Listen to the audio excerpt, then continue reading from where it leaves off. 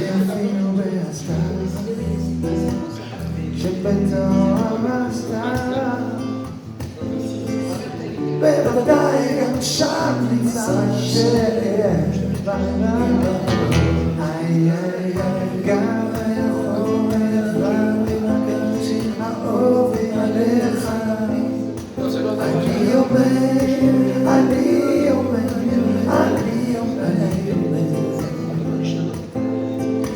היכולת והמקשים האהובים עליך אני אומר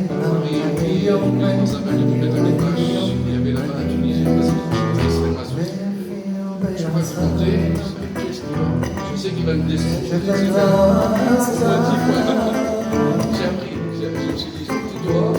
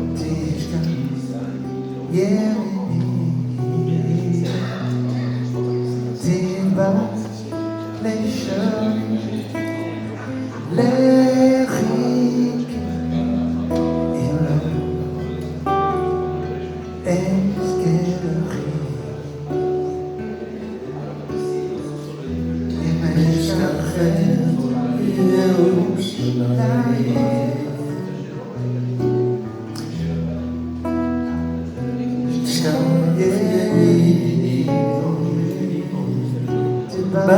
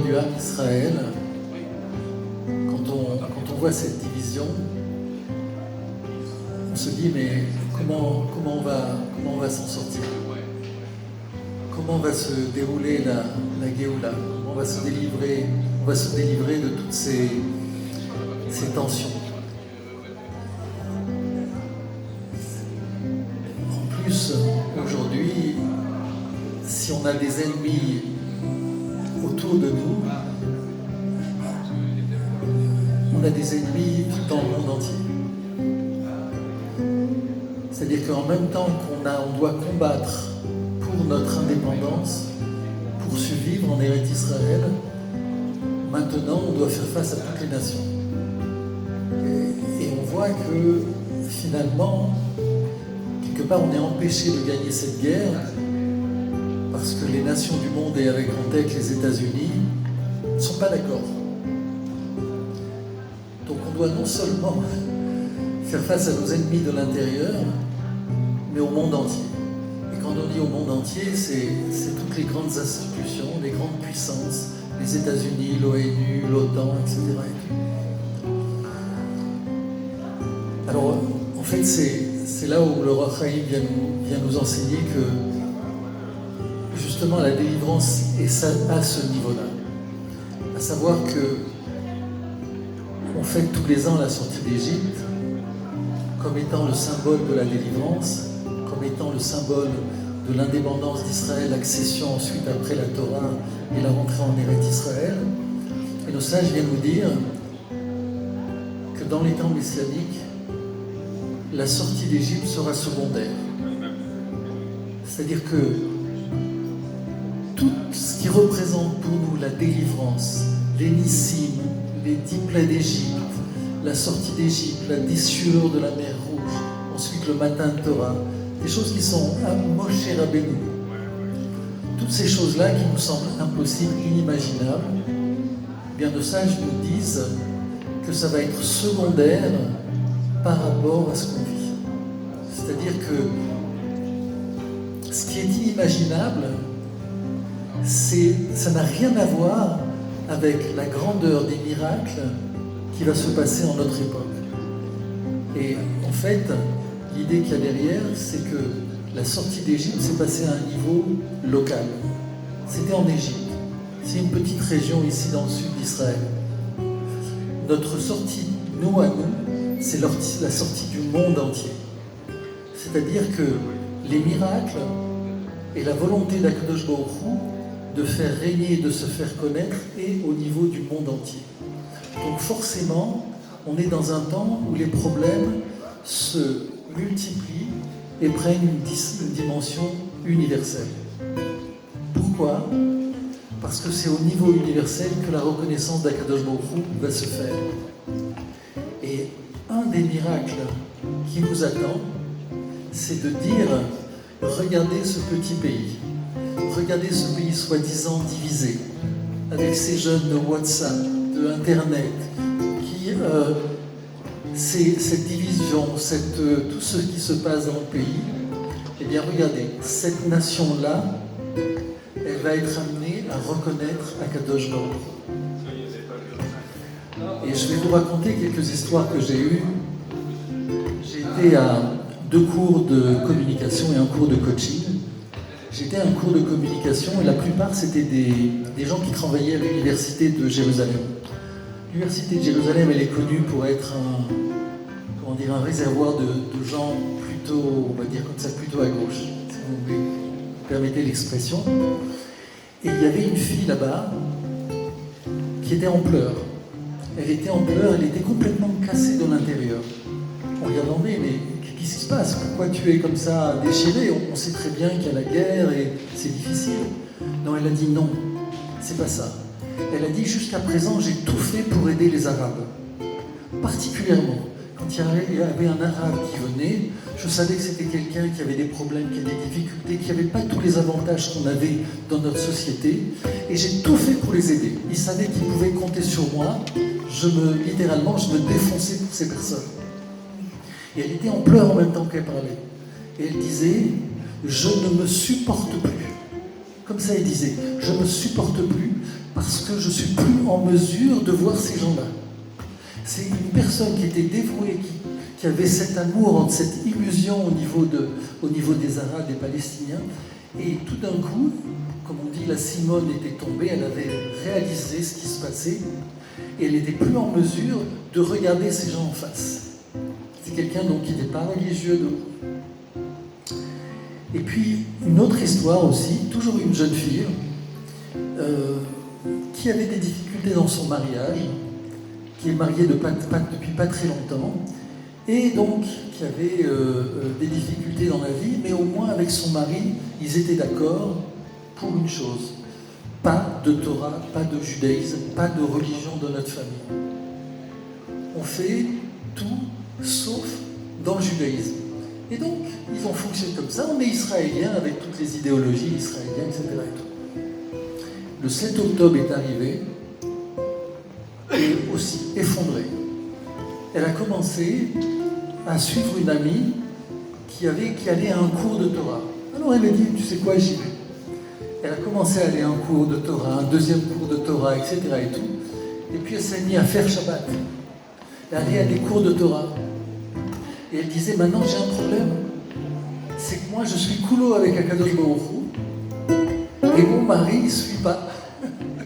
Et c'était pour ça qu'elle est venue dans ce cours de formation de coaching, pour voir comment elle pouvait amener son mari à revenir dans la Torah. C'est-à-dire qu'on est dans un temps où, qu'on le veuille ou non, Akadosh Baruch Hu a dit Miketz.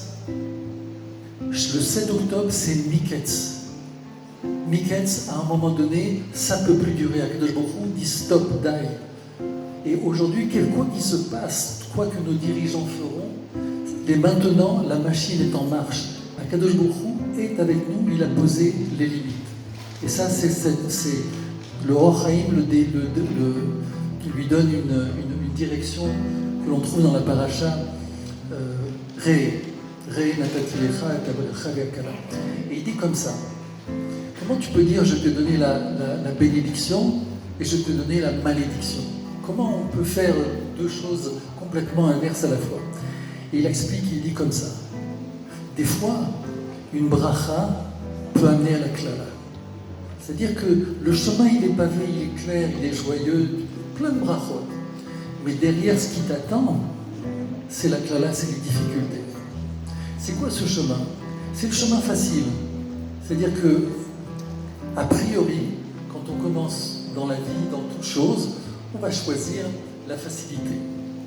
Mais cette facilité, c'est ça justement qui peut nous emmener vers des difficultés, le fait de ne pas prendre en compte le chemin difficile. Et il dit comme ça, il y a des fois des klalas, il y a des fois des malédictions qui sont des bénédictions. Ça, c'est souvent le chemin du tzaddik. C'est-à-dire, le tzaddik, il ne peut pas supporter la souffrance, il ne peut pas supporter la douleur, il ne supporte pas les gens qui souffrent. Et donc, il prend en charge, d'ailleurs je crois que c'est quelque chose que tu fais, Yitzhak, il prend en charge les problèmes des autres. Mais pourquoi tu vas chercher les problèmes des autres?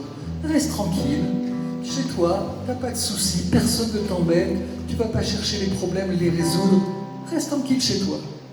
Le tzaddik, le sage, Israël, on va chercher les problèmes. C'est ce que disait, comment il s'appelle, le chanteur qui chante, hein? Pagani. Je crois qu'il disait, on est les emmerdeurs. On empêche le monde de tourner dans rond. On empêche le monde de marcher. On les embête. On les embête parce qu'on est happé vers le haut. On est happé vers la réussite. Et ça dérange. Je vais peut-être terminer avant de donner la parole à Yitzhak, de donner un chidouche de Manito Zichrono Livracha. Il disait comme ça. Abraham vient en Eretz Israël. Et à un moment donné, Akadosh Baruch Hu lui dit, eh bien, je vais détruire Sodome. Et donc, il va y avoir une discussion avec Abraham et Akadosh Baruch Hu. Abraham va dire à Akadosh Baruch Hu, tu ne vas pas détruire une ville s'il n'y a pas, peut-être qu'il y a 50 sadikim. Alors, Akadosh Baruch Hu lui dit, ben non, s'il y a 50 sadikim, tu sais quoi, je ne détruis pas. Et donc, Abraham va discuter comme ça. Et puis, quand on va arriver à 10, Akadosh Baruch Hu va s'arrêter. Et donc, suite au fait qu'il n'y a pas de tzadikim à Sodome, eh bien, Akadosh Baruch Hu va envoyer les anges pour détruire Sodome. Et Manitou et les Chachamim, Manitou a évidemment ses sources, posent la question, pourquoi Akadosh Baruch Hu intervient maintenant? Pourquoi maintenant seulement aller détruire Sodome? 20 ans avant, 50 ans avant, intervient. Aujourd'hui, c'est une ville. Peut-être il y a 50 ans ou il y a 100 ans avant, c'était un petit village. Tu serais intervenu, tu aurais envoyé un petit ange de permanence et il se serait occupé de la ville et ce ne serait pas devenu cette débauche. Et en plus, Lot qui serait arrivé n'aurait pas souffert de cette débauche. Et Manitou, il explique comme ça. Tant que le tzaddik n'est pas dans une génération, le mal se développe. Pourquoi? Parce qu'il n'y a pas de mesure du mal.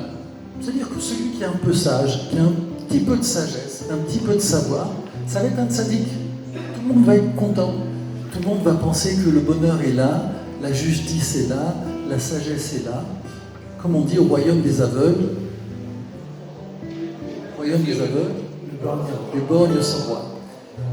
Mais quand arrive le tzaddik, alors il remet en question toute la cité et tous ces gens qui se prennent pour des tzaddiks. À ce moment-là, Akadosh Baruch Hu juge. Tant qu'Abraham n'était pas dans la réalité de cette époque, Akadosh Baruch Hu n'envoie pas détruire Sodome parce qu'il n'y a pas de raison. Mais dès qu'Abraham arrive, Sodome est disqualifié. Tout ça pour dire que tant qu'on était un petit pays qui faisait, entre guillemets, qui dérangeait personne, on était un petit pays capitaliste, on développe la technologie, bref, vous savez, alors ça ne dérange pas, ça correspond à l'idéologie du monde. Mais dès qu'on commence à ramener la Torah, on commence à ramener notre identité, le monde est en train de réaliser que toutes ces idoles, tout ce qu'ils prônent est faux et ne tient pas. Ils ne supportent pas. Et comme ils ne supportent pas, ils ont deux possibilités. Soit ils se remettent en question et ils font une tchouva. Et ça, ils ne sont pas capables de le faire. Soit ils détruisent Israël. Parce que si tu détruis Abraham, on revient à la même situation. Tu es plus remis en question par le tzaddik. Et donc tout le monde est content. Le monde ne supporte pas la grandeur d'Israël. Le monde ne supporte pas la volonté d'Israël de résoudre les problèmes, d'amener Israël sur les portes du Olam Haba. On les dérange. Eh bien, on va continuer à les déranger longtemps.